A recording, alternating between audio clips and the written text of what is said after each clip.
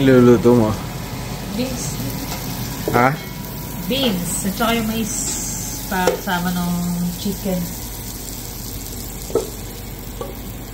Chicken inasal. Ang mais. Sarap yung mais. Ating hapunan. Nanonood kami ngayon ng movie. Habang nagluluto. Medyo nakaka-relate. Yan. Nanonood kami ng Maple Dreams sa Netflix. Actually, may mga anong nga dito mga ano pangalan nito, mga scene na parang medyo related kami. Yan. Pilipino nakatira dyan, nangaroling sila. So, nagkaroon sila ng mga connection, di ba? Yung mga Pilipino, ganyan. Yan. So, nakikain. Pasko eh. Pasko na dun sa settings nila eh. Tapos, in-interview nila baka paano ka napunta sa Canada. Yan. Ayan. Siguro yung pinaka-number one doon is yung hindi kami madaling makahanap ng trabaho. Kasi akala namin dati, lagi yan eh. trabaho mo sa Pilipinas, madali lang tayong same job when you get here. Kaya ang hinahanap lagi, Canadian experience. Tama. Yun ang pinaka-pan dito, yung kailangan may Canadian experience ka ba every time sa interview? Mahirap ka yan. Paano ka magkakaroon ng Canadian experience kung hindi ka bibigyan ng experience? I don't have no Canadian experience. I don't Canadian experience. Galing ako ng Pilipinas. I start taking care of caregiver course kasi pinangarap ko talaga magiging Canadian. Pumunta ako ng Canada para sa magandang kabuhayan ng aking pamilya. 12 years old pa lang ako.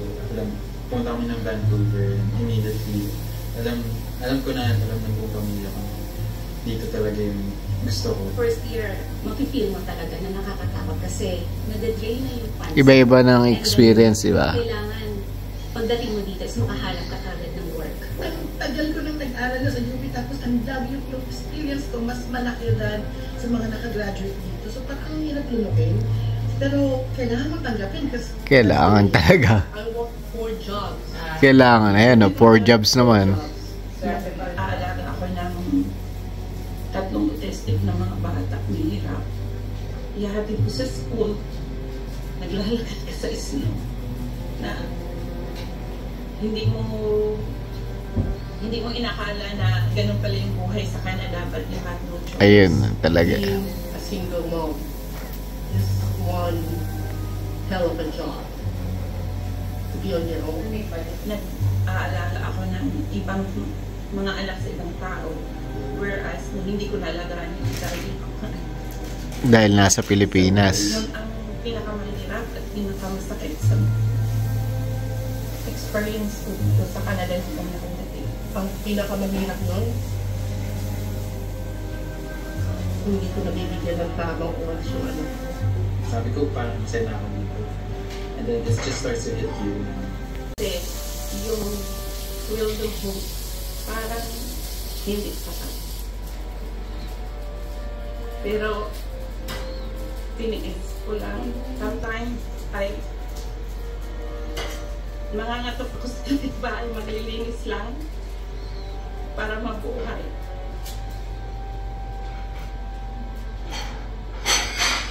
Para lang may extra income para sa naiwan kong 3 months old na ba. Doon ko na na-realize, pantay-pantay tayo lahat dito. Wala ka doon sa taas, wala ka doon sa baba. You're right smack in the middle. Basta ba, you can prove to them that you can work hard and do difference. You will take your home life with you in 46 kilos papunta dito sa Canada. Ganun lang. Yun lang yung dala mo. pumunta dito na hindi kayo mentally prepared, emotionally prepared na magsakripisyo. Kasi yun ang kakaharapin nyo talaga. Hindi siya madali. But, if magpunyagi kayo, magper-persist kayo, you will remain faithful kay God. Grabe yung reward pag nandito kayo. We are the best hardworking people dito po sa Canada. I'm so happy naman. Sabi ko, yung lahat ng nagtitiis ko, lahat nasasaktan ako. Parang worth it yata. Parang challenge. And I get motivated the most. Aim higher. Yan na guys, luto na yung aming pagkain. Java rice, corn, drumstick na chicken barbecue. Tapos green beans, sinote ko lang sa garlic. Habang nanood, tinost muna namin, medyo anong tagal, basta nakakabagabag. Ano yun? Tama ba? Nakakalungkot yung panoorin. Pero yung reality talaga eh.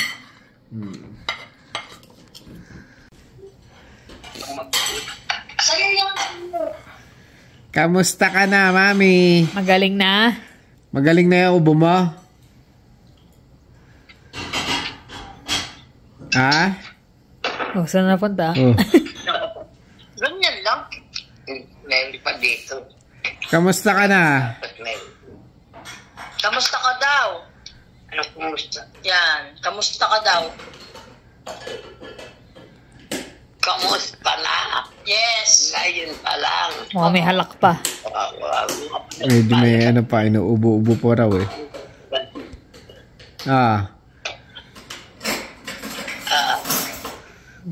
Nakakatulog ka ba sa gabi? Inuubo ka? Nakatulog ka daw. Kausap ikaw o yan o. Yan. Opo. Lulukoy mo na, maiinis na naman sa mami. Ay, tumingin eh. Nanonood eh. Sarili niya at titignan niya eh. Yan. Ito, Victor, anak mo yan. Kasi Ma'am Carla. Manungga. Magaling ka na, me. Magaling ka na ba? Tatawag ka, kausap ka. Binibigay din. Magaling ka na? Nakatitig lang eh. Magaling ka na daw ba? Wala sa mood eh. Medyo. Pagaling ka ha. Siyempre. Malapit na ang Christmas party nyo dyan. Parang ayaw mo kapag-usap. Tingnan. Ayaw mo kami kausap ha? Tangan. Oo, pag-ali ka rito pupunta. Ito, yan. Kita. Ito, yan. Oo, yan. Ayan ang kausap. Ang kausap. Malapit na ang Christmas party nyo, ma. Pinakamusta ka? Okay. Okay, bye-bye, sasabihin. Ayaw ka. Sabi sa'yo, makapag-usap eh. Ay, naka. Tinapasa ka agad eh. Bakit ikaw wala kang nan? Oy, dito ka na. Sino ba tatawag niya? Sino ba kausap? Sa TV? Ay, naka. Wala ka eh. Pero medyo okay na siya, Naki. Opo, okay na po siya. Alin? Medyo may ubang konti. Pinakatulad na nakaraan natuloy yung sipon. Natuloy yung sipon. Medyo ano pa nga yung boses eh. Parang may plema-plema pa eh. Mabot naman, agad ikaw. O yan, ako nahahawak. Pumupunta ba dyan si, si Ninya? Ma'am, hindi po. Hindi ba nakadalaw? Baka busy. Nagtutulog-tulogan na tayo makipag-usap. Style eh, na? Naantok yan. Tulog na, oh. Naka-green din pala si Mami. Para tayo naka-green. Tulog na. Nakangapa. Lobat? Lobat. Kaya mo na. Matulog mo na. Ayaw eh. Ano ang kailangan nyo dyan? Wala naman. Biglan ko hila. Wala naman po siya. Yun. Anong gusto nyong handa sa Christmas party? Oo. Diretsa. Oo. Uy. Anong plano nyo sa Christmas party dyan? Sir, putol-putol. Mahina ba yung Signal. Signal? Parang po, putol-putol eh. Sige. Ingat kayo dyan. Mag-message na lang kayo pag may kailangan. Ba, makapagpadala na rin kami ng pang Christmas party nyo dyan. Kailan nyo ba plano? Parang 23 po ata. 23? Sige. Sige. Maipadala sa weekend. Sa week. Bakit? Tinuturo po kayo yan. Ayun pa. Magbubukas ka ng regalo, Mes? Sino muna to? Sino to? Ayun na. Sino? Sige nga. Dito na eh. Sino daw? Sino daw? Di lang. Kamukha mo. Kakibang tawa yun tawa niya eh. Hindi, ginaya niya sige. Ikaw, kamukha mo. Junior mo yan, oh. Yan eh. Anak ko. Opo, Victor. Anak mo. Kaya imigay ka na, dear. Ayun, sa akin eh. Sir Victor? Ano raw? Anak mo, si Sir Victor. Ay, naka. Gusto mo sa Pasko, ma? Ha? Gugutom na. Ayan, nasarap. Nagugutom na pala. Ayaw niya nun. Pag ayaw talaga yan, di ako kakainin, no? Oo. Mamaya pa po. Gulat. May ebidensya eh. Ayan o. Me. Sige na, balibag muna. Ano balibag? Ano ba balibag? Ito! Yan! O, yun nga. Oo. Hilaw na, ayan na naman. Kailangan, di ba? Ilang pa. Ano ba yung ginawa natin? Kanina? Pandesal lang yun. Hindi yun eh. Pandesal yung...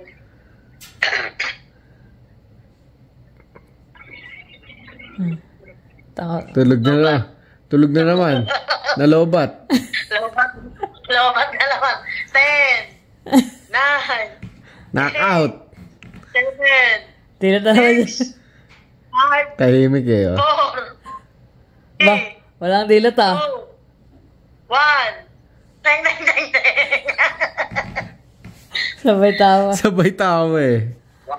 Niloloko mo kami, ma. Sa Pasko, na ay kwarta. Paano mamamasko sa'yo kung wala kang kwarta? Ba, siyempre. Oo.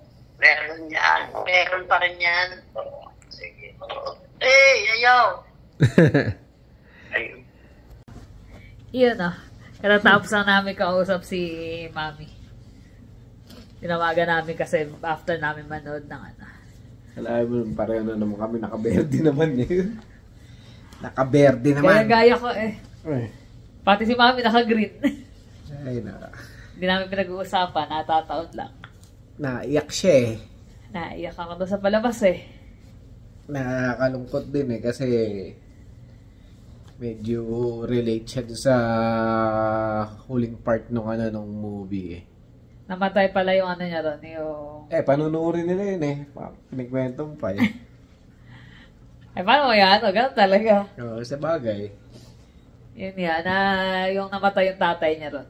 Naalala niyo tuloy yung tatay niya. Kasi hindi siya dahil nga student siya, hindi siya makauwi basta. So may mga pagkakataon talaga sa buhay na nag-decide ka nang umalis, pero hindi ka hindi ka pwedeng bumalik anytime kung may mangyaring emergency. Ngayon mo na. Naiiyak na naman siya.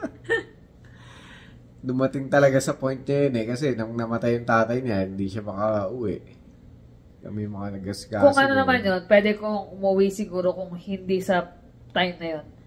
Pero kasi ng time na yun, na may application na nga ako ng PR para inaantay na lang. Ayun sa application ko na umabot ng 18 months. Ganong katagal. So, before siya ma-approve, nagkakaproblema na. Sabi ko, nangyayari tagal. Yun nga, inabot na namatay yung daddy. Which is di ako nakauwi. Kasi kung uuwi ako, medyo risky yung aking application. So, mamimili ka na lang. Uuwi ka, bahala na kung anong mangyayari. Which is wala na akong magagawa. Unang-una kasi, yun nga, wala na daddy. Wala na si daddy. So, yun may nagluluksa ka. Pero at the same time, kailangan magtrabaho. Tapos wala kang magawa. Pero kung iisipin mo naman na magmumukmuk ka lang sa isang sulok, mas lalong mabigat sa kalooban. Oo, tsaka walang mangyayari. Di ba? Kumbaga, nawala yung isang mahal mo sa buhay, hindi pa katapusan ng mundo yun eh. Paano pa yung yung ibang pamilya mo o ibang mahal mo sa buhay na nagre-rely sa'yo, di ba? So, iniisip ko na lang na, sige, antay na lang, konti. Pero, nakakasama ng loob pa rin, syempre. Mabigat sa kalooban. Kasi wala kang magawa dahil sa sitwasyon. Kaya ngayon naiyak ko ngayon sa palabas. Actually, ate ko, di na nakauwi noon. Time na yun. Kasi nasa abroad din. Diba? So, sila ang nakapunta lang, pero that time, mabigat. Pero tapos na yun, kumbaga, alam ko naman na unawaan niya. Kumbaga, wala ka namang hinangad, kundi lang din eh. Yung mabigyan ng magandang buhay ang pamilya mo. Kaya ka nga nag-abroad. So, yun isang kasama ng sakripisyo ng mga nag-abroad. Mga nagpupunta sa, hindi lang basta sa Canada, kundi sa mga iba-ibang bansa, parte ng mundo. Yung mga OFW natin. Kaya nga sabi nung yung huling remarks nung medyo may edad sa ini-interview, sabi niya, Filipinos are the most yung hardworking people nga raw. Totoo naman yun talaga. Ayun, gaya ng single mom nga daw siya, di ba? Dumating araw sa punto na 4 na trabaho. Dumating araw sa punto na sobrang pagod siya, nakatulog siya. Tapos ginising siya ng anak niya. May dalang mga barya, pennies. Tapos sabi nga, wag na raw mag-work. Wag na, tama na raw yung hawak ako ng bata. Mabigat sa kalooban ng magulang. Kasi single parent siya eh. So, wala kang katuwang. So, kailangan magtrabaho para mabigyan ng magandang future yung mga anak mo. Pero worth it naman talaga after nung lahat ng sakripisyo. Worth it naman. Nakikita mo yung yung kalagayan mo sa buhay. Nabibili mo yung mga gusto mo, na nagiging komportable yung pamumuhay mo, ganyan. Lalo yung mga pamilya mo. Kahit na yung trabaho mo ganun lang, ganyan, laborer or mga kung ano lang. Di ba? Graduate siya, dami experience. Pero pagdating mo rito, sa UP pero iba, pagdating dito, back to zero ka talaga. Nahanapan daw sila ng Canadian experience. Paano magkakaroon ng Canadian experience? Kararating lang namin. Ibig sabihin, mag-build up ka ng na experience mo dito. Kumbaga, from scratch talaga. Hindi pwede yung manager ka agad. Parang siya, di ba, manager siya sa Pilipinas sa restaurant. Yeah, pinapanood namin. Kaya nakarelate din kami doon sa sa storya. Iba-iba. Kaya lang kasi once na talaga nag-decide ka umalis ng bansa natin at pumunta ka sa ibang bansa, kakibat ng lahat. May mawawala na mahal mo sa buhay, mayroong magkakasakit, may mga pagkakataon na susubukan ka talaga ng panahon. Parang parang mga ibon sa pugad. Siyempre, pag lumalaki na yung ibon, hindi mo na mapipigilan na lumipad, magtayo ng sarili niyang pugad o pamilya. Hindi mo na mapipigilan yung ganun talaga yung nature ng buhay. Kaya lang, siyempre, yung tao, may communication pa rin tayo sa mga magulang natin, sa mga mahal natin sa buhay sa Pilipinas, kung ano nangyayari. Kaya, minsan malungkot talaga, minsan masaya. Mahirap, parte ng buhay yun Pero kailangan yung maging matatag ka kung nasaan ka man. Kasi kung talagang nakatakda na mamamatay ng ganong panahon yun o ganong date, kahit nasa Pilipinas ka, wala ka rin naman magagawa, di ba? Nakatakda talaga. Kaya hanggat buhay, ilan yung namatay kong kapatid? 2. Imbis na makauwi ako, wala akong magagawa. Uwi ako saglit. Di papadala ko na lang yung pandagdag sa yung imbis na iuwi ko pa masahe. O, di ba? Kasi wala ka naman na magagawa Hindi mo rin naman maibibigay sa kanya yung gusto mong ibigay kasi wala na. Kaya hanggat maaari, pag umuwi rin kami, kahit paano, naiaabot namin sa mga mahal namin sa buhay yung gusto namin. Mga simpleng pasalubong, simpleng bigay. Ano yun, hanggat buhay, bigay mo yung kaya mong ibigay. Kasi yung pera, kikitain mo rin naman talaga yan eh. Pero yung tao, yung pagmamahal ng isang tao na alam mong saglit na lang, ganyan, hindi mo alam kung hanggang kailan ang buhay. Pagkakataon, biglang mawawala, wala kang muwang-muwang. Wala na, yun yung mahirap, pinakamahirap sa ito, makakatanggap ka ng tawag. Na wala na si gano'n, wala na si ganyan. Kagaya ko nun, nagtatrabaho ako nun, di ba yung tumawag kayo nun? Yung si Kuya Boy. Pati si John, ganun din. Parang, ang mahirap. Parang hindi mo magawa yung trabaho mo kasi hindi talaga mahirap. Kahit ako nung namatay ang daddy meron kaming catering the next day. Pero kailangan pumasok. Tapos kinakausap ako nung boss ko umiiyak na ako. Parang lutang no? Ganun talaga yung parte ng sakripisyo mo nga pag gusto mong matupad yung mga pangarap mo or yung pag-ibang bansa mo. So, kailangan lakas ng loob. Tataga mo yung sarili mo once na umalis ka talaga. Sabi nga ng isa, pag alis mo, yung 46 kilo na dala mo, yun na yung buhay mo. Yun yung dalang buhay mo. Yung 2 maleta mo na dala. Yun. At ang backpack mo, yan yung panimula ng buhay mo sa ibang bansa. Tama. Kaya, sabayan mo yun ng lakas ng loob. Tsaka maswerte nga yung mga landed talaga na kasi buong pamilya sila. Immigrant.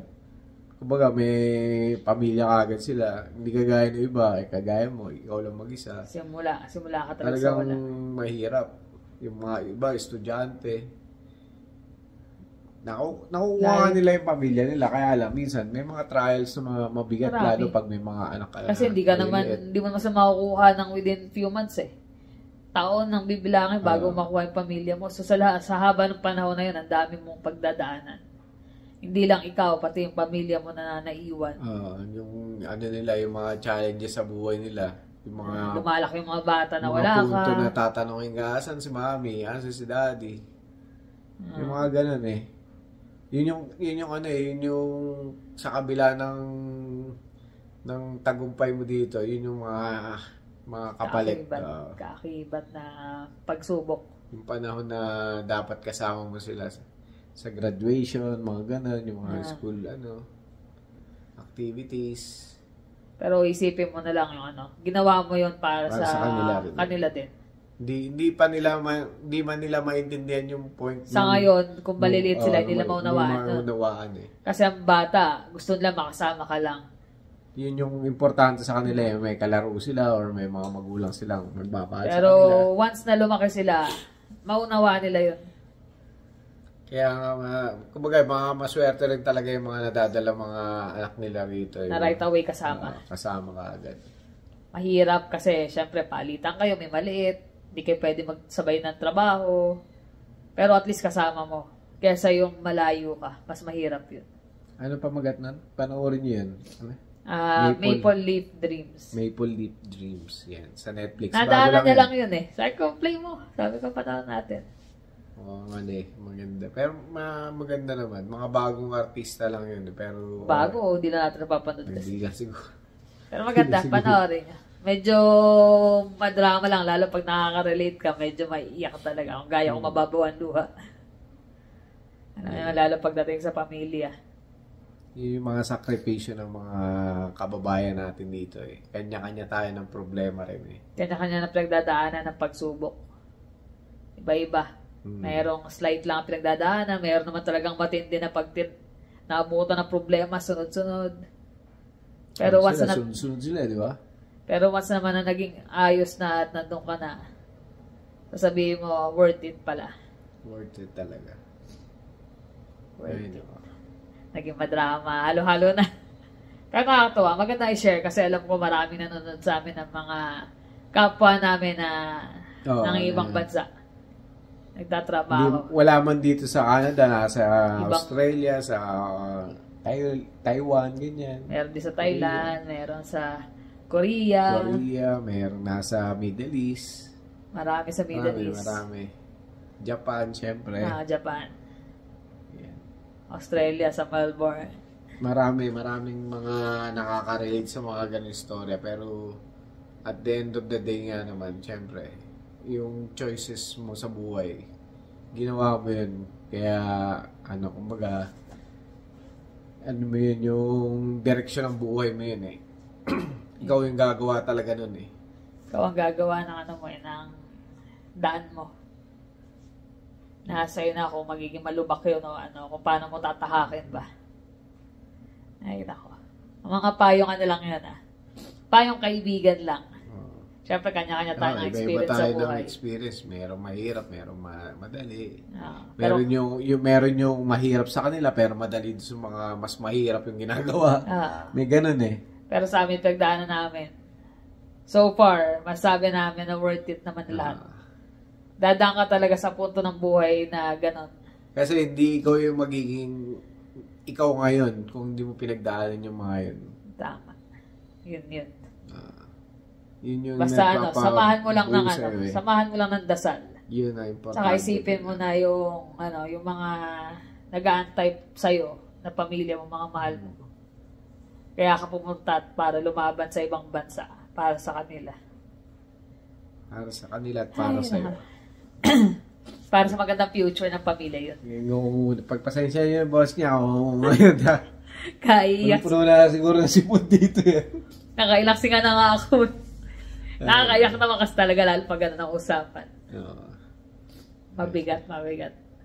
Sige, panoorin yan. Hindi kami sponsored pero napanood nadaan lang naman namin. So, nakarelate. So, panoorin nyo na lang. So, paano guys, maraming salamat ulit. Pasensya na kayo sa aking pagkangongo.